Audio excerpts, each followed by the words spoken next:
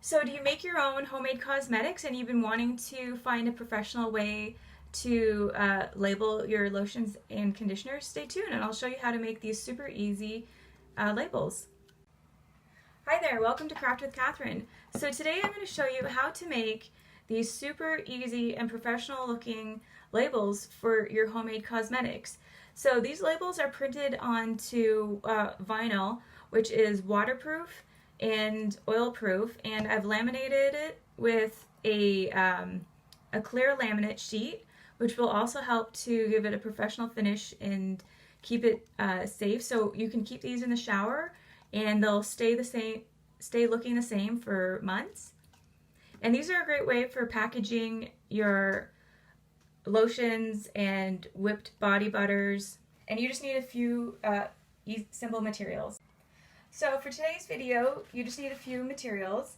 So the first thing you're going to need is vinyl sticker sheets. So these I ordered off of AliExpress, and you can see they're sticky on the back and a matte vinyl. And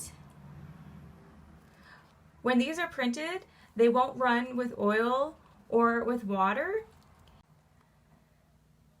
And you're also going to need special ink for your printer. So this is the tricky part. If you're going to print labels, unfortunately you can't just use your own printer. You're going to need a printer designated just for printing with this special ink, because you can't swap the ink back and forth. So I bought my printer, it's a C88. It was for around $130, and I use it all the time just for printing with this ink. And so this is the ink I always have loaded, and I never swap the ink out. So this is special because it's pigment ink, and pigment ink is different from dye ink. And when you buy a printer in the store, the ink that you get in the machine is dye ink, except for the black, which is pigment ink. I don't know why they do that, but why they mix the two. But if you want whatever you're printing to be waterproof, you need to have pigment ink, because dye ink will bleed when it gets touched with water. So when this dries, it's waterproof.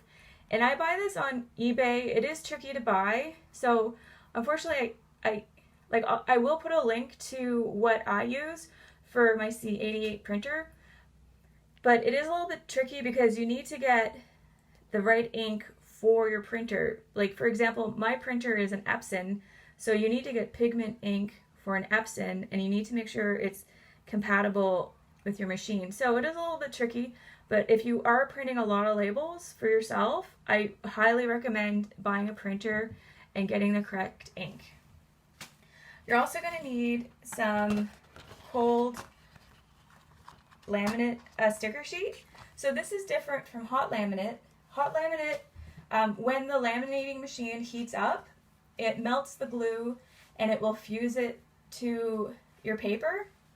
But since we're using vinyl sticker paper today, you have to use cold laminate. And the reason for that is the heat will melt the vinyl, and it's going to cause the sticker to stretch and curl.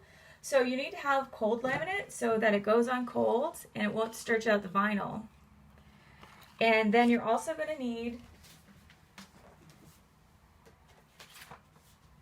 a cutting mat and your cutting machine. So the first step, after you've downloaded the files that you can find on my website for free, you just go to Upload, go to Upload Image, Browse, and then you want to select the 8-ounce label. It's just going to look like that, and that's the SVG, and then you select Save. So you can see the file on your left here, and it should upload to the correct file. So it should upload to the correct size. So you can see that the circle measures 2.5 inches in diameter. So now the next step is you want to add your logo. I recommend not having anything with a border, so no circles, just because it's so difficult to get it centered properly. And also I recommend keeping your logo as minimal as possible. when I went to school, they always said a logo should look good in black and white or in color. So just keep that in mind when you're creating your logo. Like, it should be able to scale down to a really small size and be printed in black and white and still be recognizable, because some people like to use logos that have too much detail, like they'll have pink water paint backgrounds, and that looks really pretty, but it's really not the best way to design a logo. So I just went ahead and I just created some generic designs. There's so many different ways that you can design a label. So now I'm going to select the layers and convert them to white just so I can see what I'm doing. And this one is for the rectangle label. So I'm just going to eyeball it. I'm going to ungroup these. And that went to the back, so I'm just going to bring that back to the front. And I'm going to select these both and center them. So now I think that will print really nicely. And this is just a really similar design that I created for the circle logo. The only difference is the logo, the name of the company is just a little bit smaller. So it's just a random company that I came up with. I hope it doesn't have anything, there aren't any similar brands out there. I just put two words together. So it's just for demonstration purposes. I'm not selling these or anything. And so that looks like it's centered. So I'm just selecting both layers and I centered them. So now these are ready to be printed. So I'm going to select all the layers and click flatten. And what you see happens is that the background goes to completely white and the words all stay the same. So what will happen is you're going to do a print and then a cut. So the words will print, and then afterwards you put it into your Cricut machine, and then it's going to cut out along the edge of the rectangle and the circle. So now that you're all done your label and you've designed them how you like, you go to make it, and here you'll see print and cut. So here's the guide for the Cricut machine so it can set up the alignment. So here you want to print the vinyl, so make sure to turn off the add bleed, and you can use your system dialog box if you want to, but I'm fine working with this print setup. So I'm just going to go ahead and press print. So here's the final print. You can see it printed nicely. So now all I have to do now it's printed onto the vinyl sheet. So what I'm going to do is I'm going to laminate it. And I do this because it gives the label a nice shiny look. And it also protects the label from water and oil. And it just gives the final product a really professional look. So all I do is I just buy these cold laminate sheets. It's important that you buy cold laminate because there's a difference between hot laminate and cold laminate. Hot laminate, you need to put it through a laminator, and cold laminate, it's more like a sticker. It's already got the adhesive. So when I buy these sheets, all I do, one of the tricks that I've discovered over time is the laminate sheets come like this, just plain. So how I make them easier to use is I will put them into my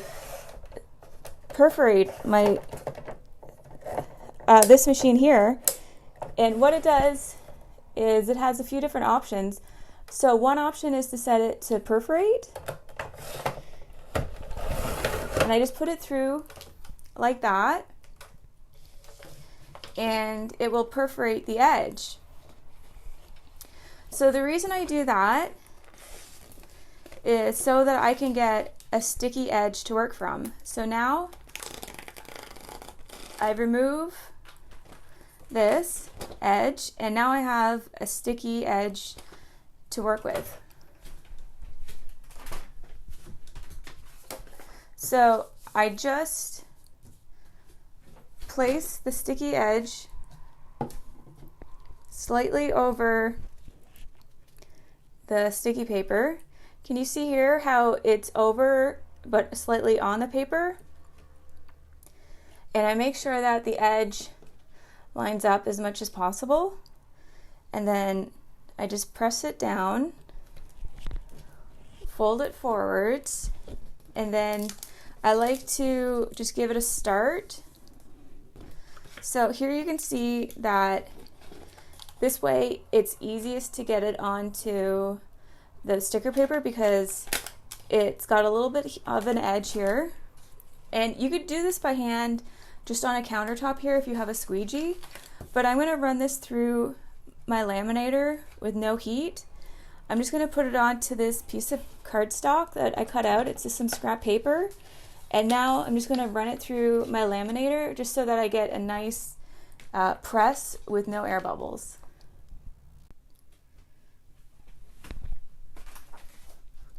So here you can see the laminator. So I'm just going to feed the paper in. So here you can see it's removing the back while it's rolling through the machine.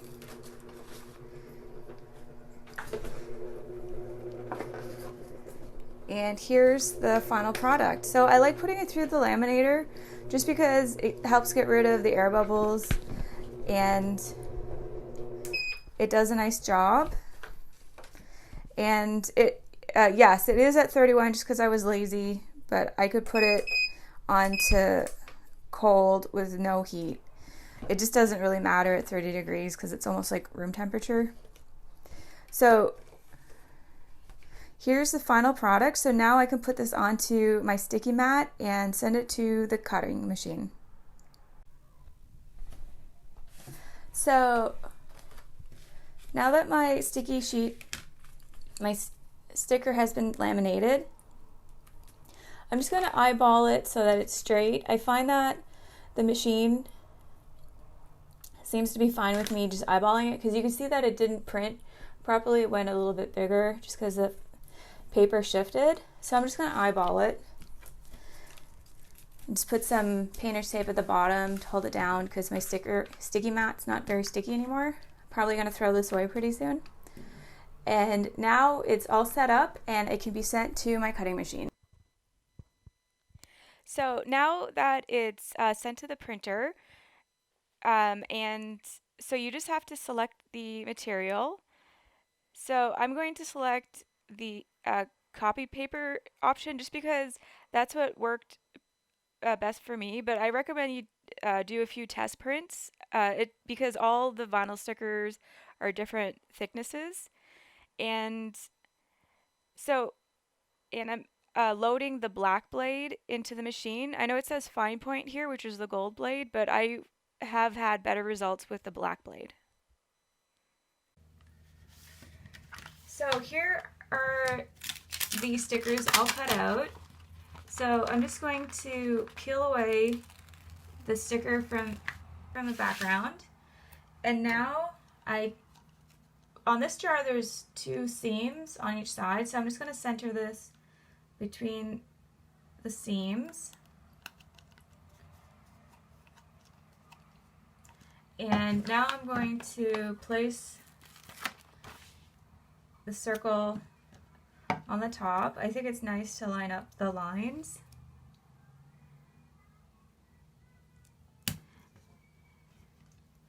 And there you go. So you can see that it's really easy to create your own labels for your handmade lotions and conditioners. So thanks for watching, and make sure to subscribe and leave a comment if you have any questions, and I'll see you next time.